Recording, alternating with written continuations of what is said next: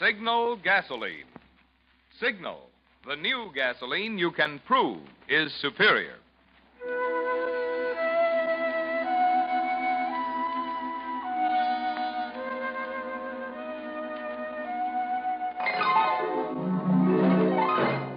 The Signal Oil Company and your neighborhood signal dealer bring you another curious story by The Whistler. Tonight, Death Laughs Last.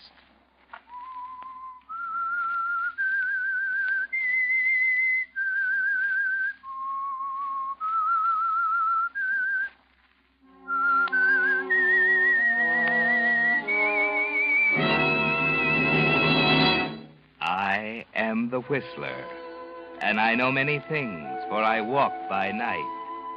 I know many strange tales hidden in the hearts of men and women who have stepped into the shadows. Yes, I know the nameless terrors of which they dare not speak.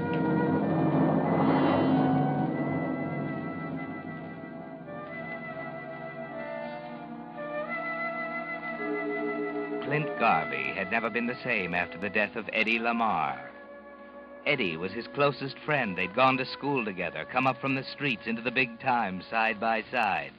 Their partnership had been a profitable one.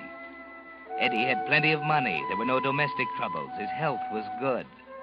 And Clint had always seemed puzzled as to why a man like Eddie would commit suicide. It just wasn't in the cards. Still, no matter how much pressure Clint put on the police department, their answer was always the same. Did you forget it, Garvey? It was suicide. The coroner says so, the police surgeon says so, and I say so. You could still be wrong. Oh, look. It's been a year now. 1 year this month since we went on the case. We've gone into every angle. We know Lamar's past like a book. The records fill 2 file drawers down at the bureau. And everything we've got says it's suicide. Why won't you forget it? Because I knew Eddie Lamar better than all of you, and I know he wasn't the kind of a guy who bumped himself off. That's why. What do you know about the inside of his mind? We got a million cases just like it. Guy comes home happy, kisses his wife, not a care in the world, bingo, puts himself away. Not Eddie. You're off the beam, Sergeant. I'm sorry, Clint. We're closing the case for keeps this time. There's nothing more we can do. Ever made a mistake, Sergeant? Not very many. Check the record. This department is a pretty high batting average, Clint. There hasn't been a single unsolved murder on the books for the past 18 months. Oh, come on, Sergeant. You're not trying to tell me that Just for check the record. It's all there in black and white. Well, I better get going. Be at the desk in 20 minutes. I'm sorry, Garvey. You're a smart boy in your own line. But you better let us make the decision when it comes to murder. It's our business. So long. So long.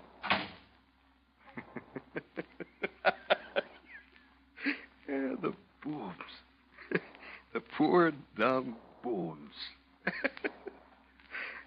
Oh, what I'd give to tell them off.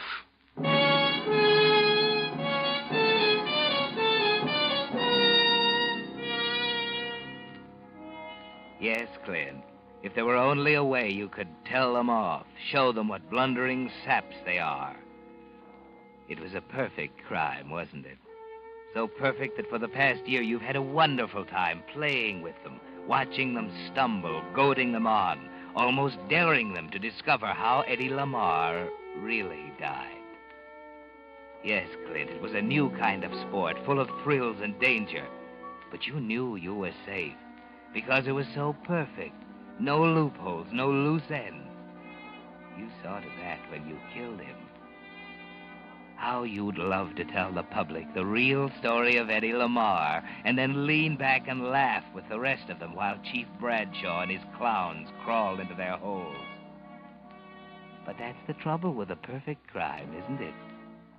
You can't tell anybody. You've just got to sit back and smile and boil a little inside. And then, one Saturday night on the highway north of San Diego, your lights pick up a hitchhiker at the edge of the road. Where to, buddy? Stick 'em up. Hey, wait a minute, pal. You don't know... You heard what I said. Stick 'em up. Okay. Now, get out of the car.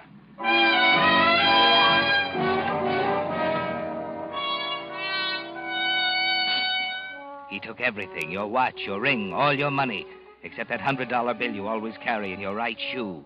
Left you on foot 10 miles from Chalmers Cove, the nearest town. Nothing to do but wait for morning in a haystack near the highway. You were boiling mad, weren't you, Clint?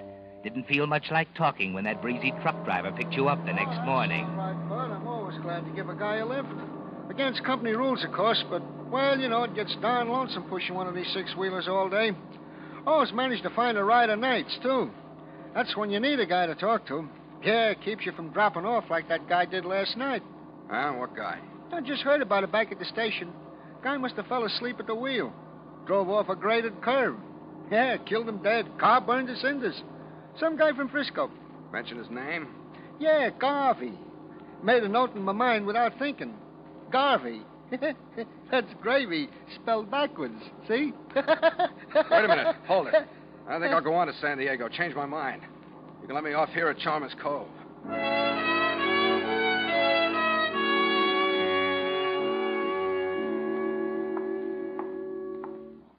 Yes, sir. Got a room for me?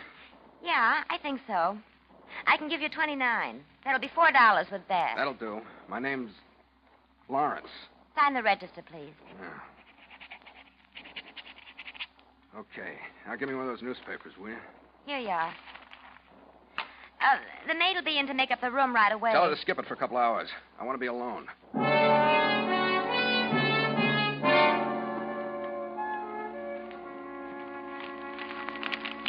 The body was burned beyond recognition, but police confirmed identification of Garvey through articles of jewelry discovered in the wreckage.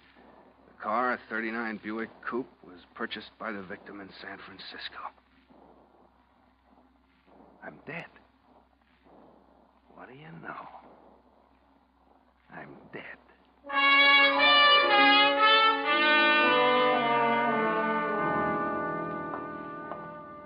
Say, clerk, Yes, sir.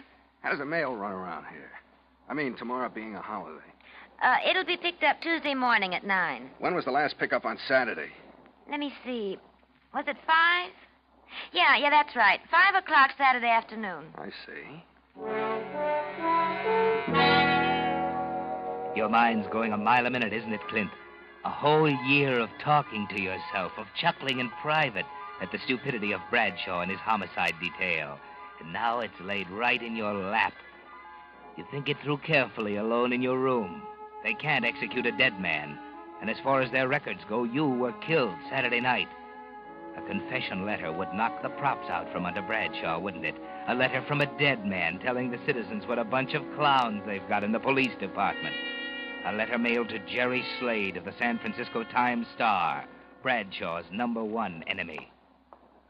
Beg your pardon, clerk. Oh, yes, sir. Where'd you say the mailbox is? There's one down the road at the next corner. Right by the Signal Oil Station. Thanks. You can leave it here at the desk if No, you like. I want to put this one in the box myself. It's kind of important.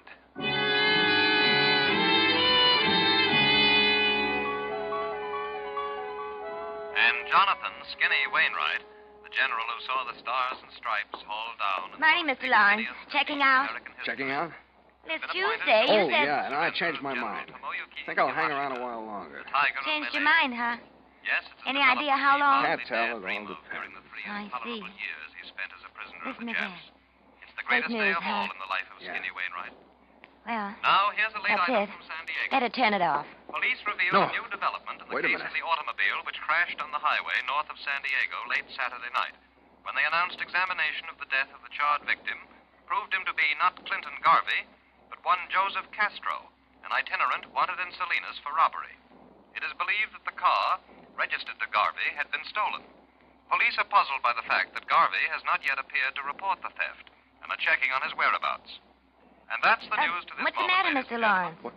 Your reporter is What time is it? Lyle Craig. 9 o'clock. Stay tuned to this station for The latest mailbox news. mail's picked up at 9. Mailbox? Say, what's the matter, Mr. Lawrence? Where are you going? Square. There's something wrong with that guy. I bet he's changed his mind again.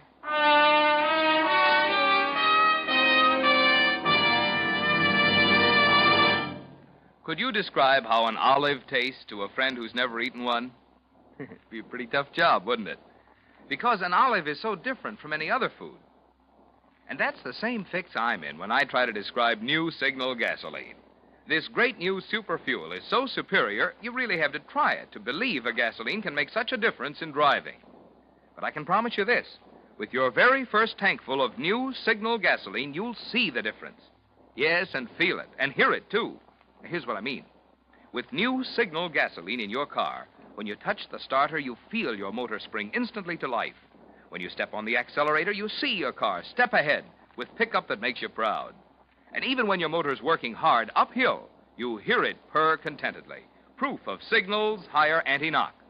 What's more, because you'll be shifting less, and shifting wastes gasoline, you know, you'll enjoy more high-gear miles, actually go farther than ever with new Signal gasoline. No wonder there's been such a swing to Signal. No wonder so many folks are saying, I didn't realize how much pleasure driving could be till I tried new Signal gasoline. And now, back to the Whistler.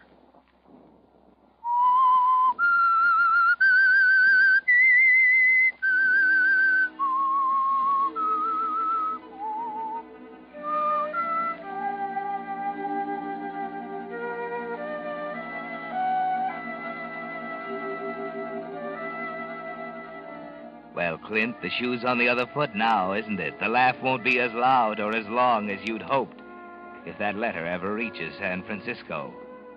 Yes, if it gets there, you're a dead duck, and you know it as you race pell-mell down the side street in Chalmers Cove toward the mailbox you dropped it in last night. 9:05, the pickup scheduled for 9 o'clock. Maybe the truck will be late, you keep telling yourself. Yes, it's pulled up at the box as you turn the corner. Hey, wait a minute. Huh? What's wrong? Listen, this letter I mailed last night. Yeah? I don't want to mail it. I changed my mind. I got to get it back. Well, where'd you mail This it? box right here, last night. Well, can't get it back against department regulations. Once she's in the box, she's our baby till we make delivery. Better take it up with the postmaster. Well, listen, nobody will know about it. All you got to do is... Sorry, bud. I tell you, I got to get it. I can't. Okay. Sorry, pal. I'm under the bushes, will you? Where do you keep your keys? Oh, here. Okay, check the box first.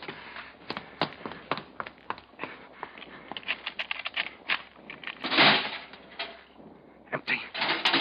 Oh, he's already got it in the truck.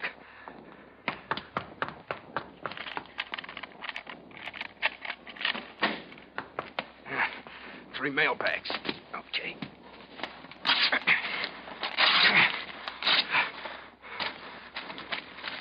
Canceled. It's all incoming.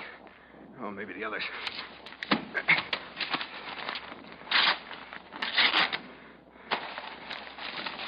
Canceled. Incoming. Better be in this one.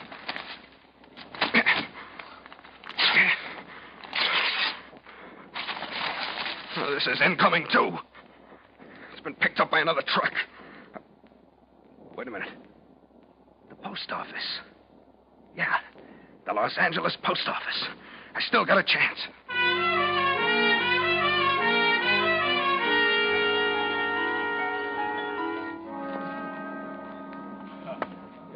Just a minute now. Now, what was that again, ma'am? You say you left a request at home? Pardon He's me. writing me each week for 6 weeks, wanting always 1 can mixed nuts. Yeah, but you gotta have the letter with you on all overseas packages. Pardon me, Chief. There's something I want to Yeah, ask. wait your turn, will you, pal? What was that, lady? Well, it only take a second. I just want I to... said wait your turn. Now, lady. 1 package mixed nuts I'm sending in weekly to Okinawa Island. Yeah, I know. But you can't send a package that size without a written request. It's home, I'm telling you. Today my husband Look, is Chief, you saying got to that- tell me... Say, what's eating you? Take your time, will you? Now, look, lady. Who'd you give the nut to here at the counter last time? Over there, him. Oh. Hey, Kelly. Hey. He's on the phone. Wait a minute. He'll be through. Yeah? What do you know? Well, just a minute. What's the matter, Ed? This woman here wants to send a package overseas. Says you took one from her every week. You left a request at home, she says. Oh, yeah, she's okay. Go ahead, take it. Okay. Okay, lady. Let's see, it'll be 27 cents. Thank you. Next time I bring the letter. Right. Now, what can I do for you, pal? Listen, I sent an airmail letter this morning from Chalmers Cove to San Francisco. What plane will be on? What time did you mail it? It was picked up at 9, maybe a little before. I'll be on flight 6 out of Burbank. Leaves at noon. Thanks. Thanks a lot. Oh, what do you know about that, Ed? What? I had a mail robbery down the line this morning. Yeah? Where? Chalmers Cove. Chalmers Cove. Hey, wait a minute. Where'd that guy go to? Oh, what's the matter? Take the window, Kelly. I got a phone call to make.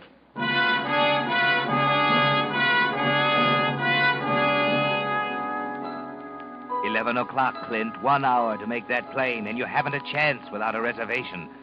Unless, yes, you walk into a phone booth in a drugstore.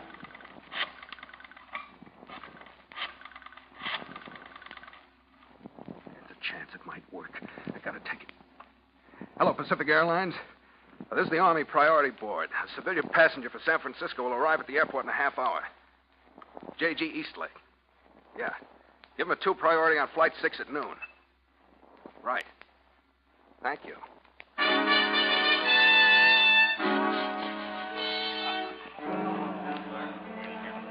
Passengers Noble, Gray, and Hackett on Flight 10 to Las Vegas. Please report to reservation desk.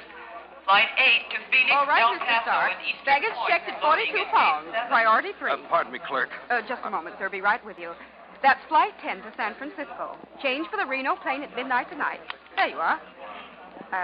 What can I do for you? I want to leave on Flight 6 to San Francisco. I see. Your name? My name Excuse is... me just a minute. You're Miss Gregg. Yes. I'm Reynolds. Oh, yes. How do you do, Mr. Reynolds? Has he checked in yet? No, he called here about half hour ago. Naturally, we confirm all calls from the priority board by calling back. They've never heard of him. I see. Well, I'll be in the lobby here. All you have to do is give me the eye. Right. Thanks, Mr. Reynolds. What was that name again? Name is Vickers. Howard Vickers. You say you're on Flight 6? I'm trying to make it. I don't have a priority. Oh, I see. Well, there may be a cancellation, of course. Will you wait here in the lobby? Take off in 15 minutes. Yes, I'll wait. You'll have a pretty fair chance. As it happens, we're running 2 sections on Flight 6. 2 sections? Yes. That's a break for you, isn't it? Yeah. Quite a break.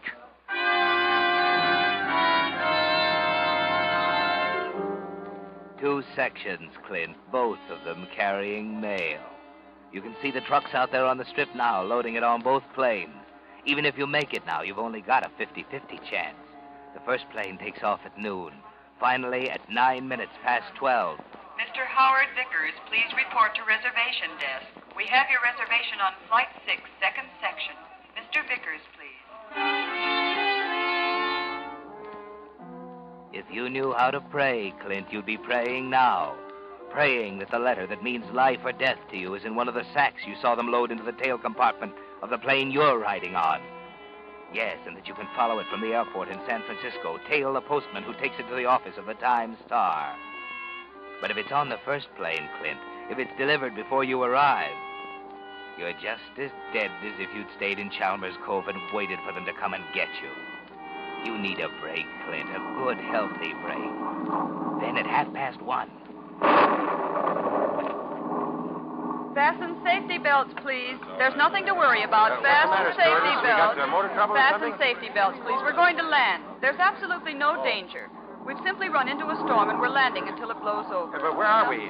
We just passed over the Salinas. It may be necessary to spend the night here. A company limousine will pick you up and take you to a hotel. Just relax. We're landing now.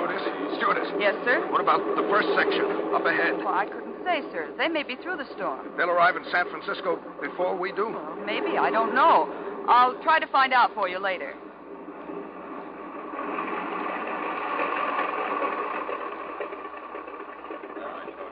This is an emergency field. There's a shelter down to your right. This way, please. What's the matter, sir? Why, I don't know. Well, you'd better come along, sir. I don't feel well, stewardess. It was a pretty bumpy landing. You'll feel better when you get your feet on the ground. Is everybody gone? Yes.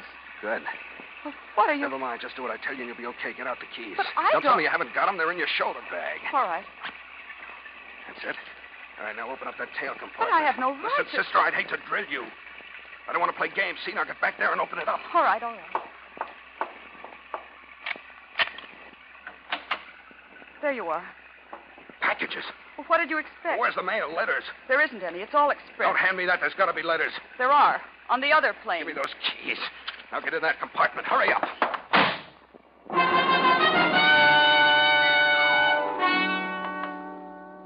You're pretty panicky, aren't you, Clint?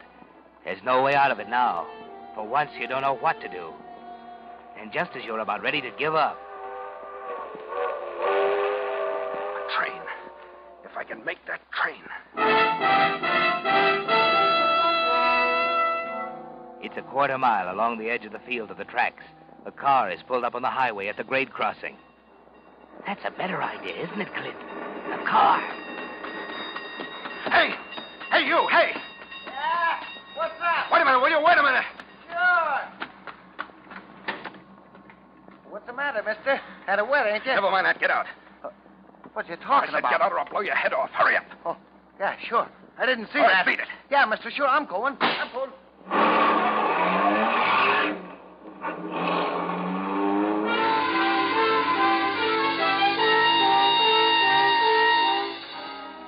You've still got a chance, Clint. The other plane's delayed. Must have been. It's a big storm. Covers all the central California coast. You hit Watsonville at dusk. Take a chance on the shortcut to Los Gatos. You're almost there when... Bridge washed out. I gotta turn back. Back to the junction. Aptos, Soquel, Santa Cruz, Ben Lomond. Sorry, Bud. There's a slide on the pass up ahead. There'll be a 2-hour wait at least. 2 hours. 10 o'clock now.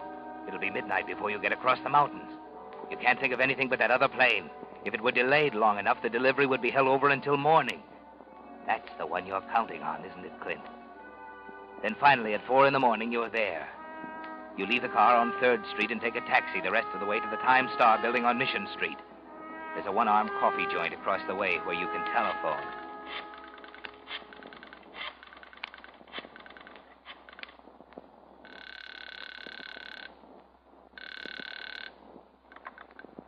Pacific Airlines. Listen, I want some information. Yes, sir. About Flight 6.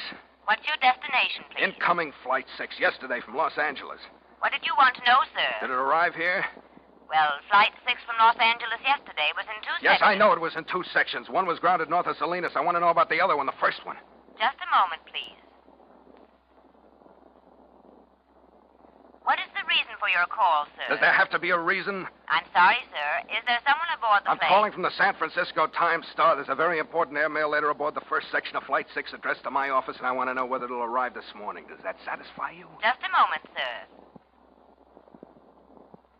The first section of Flight 6 arrived an hour ago. Your letter should be in the 8 o'clock delivery. Thanks.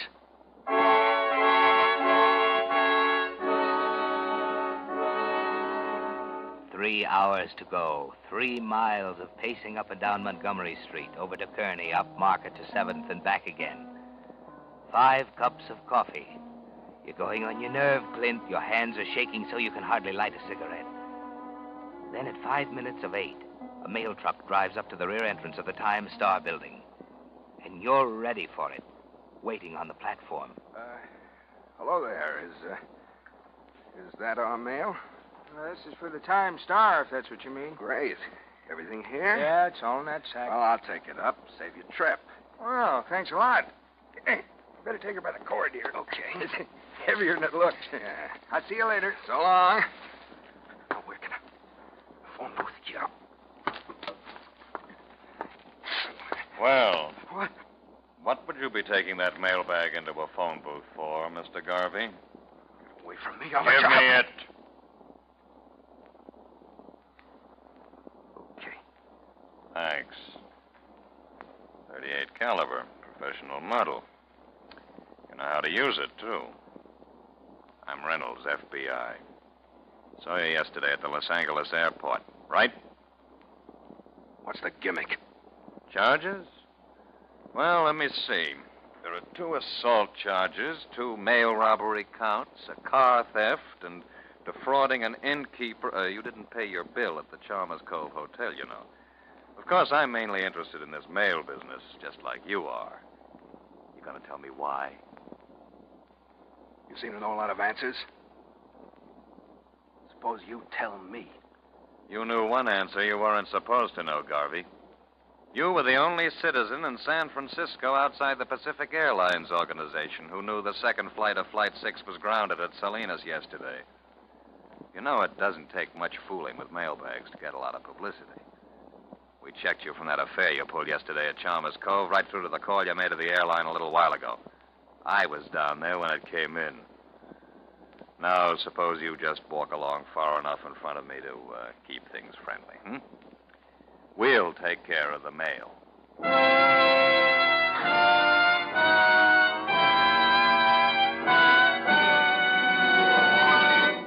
The Whistler will return with the strange ending to tonight's story in just a moment.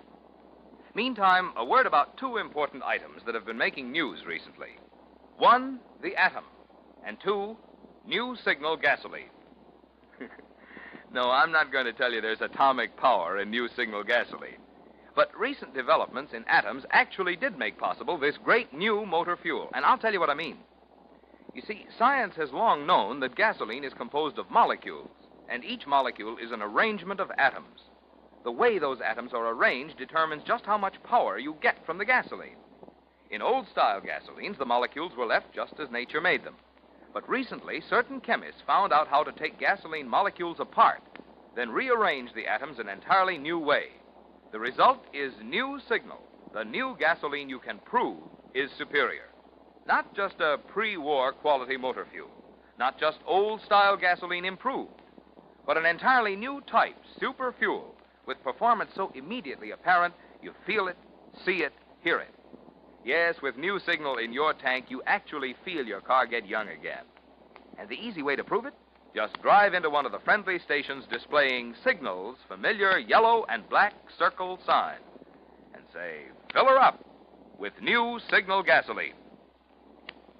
Now, back to the Whistler.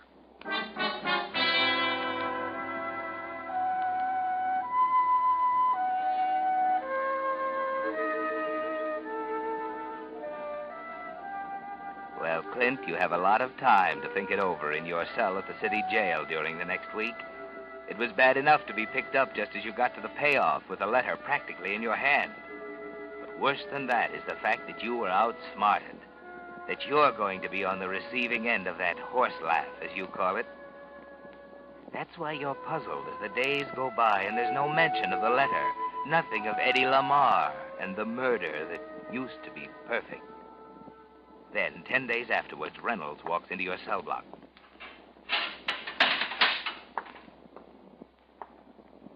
Hello, Clint. Oh. We got it. What? The letter. Took you long enough. Yeah. Slow service. Why you been holding it? We haven't? Oh, wait a minute. It wasn't in the sack, Clint. Where was it? Back at Chalmers Cove, the hotel. What? You're a little behind the times, Clint. The airmail rate is 8 cents, not 6.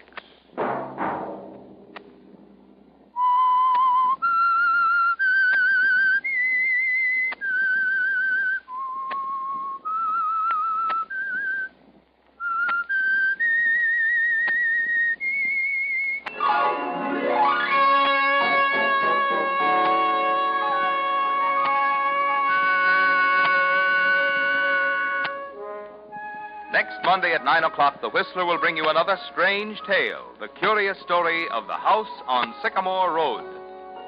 The Whistler is broadcast for your entertainment by the marketers of Signal gasoline and motor oil and fine quality automotive accessories, and by your neighborhood Signal dealer. This program, directed by George W. Allen, with tonight's story by Harold Swanton, music by Wilbur Hatch, is transmitted to our troops overseas by the Armed Forces Radio Service. This is Marvin Miller speaking, and suggesting that you try New Signal. The new gasoline you can prove is superior. This is CBS, the Columbia Broadcasting System.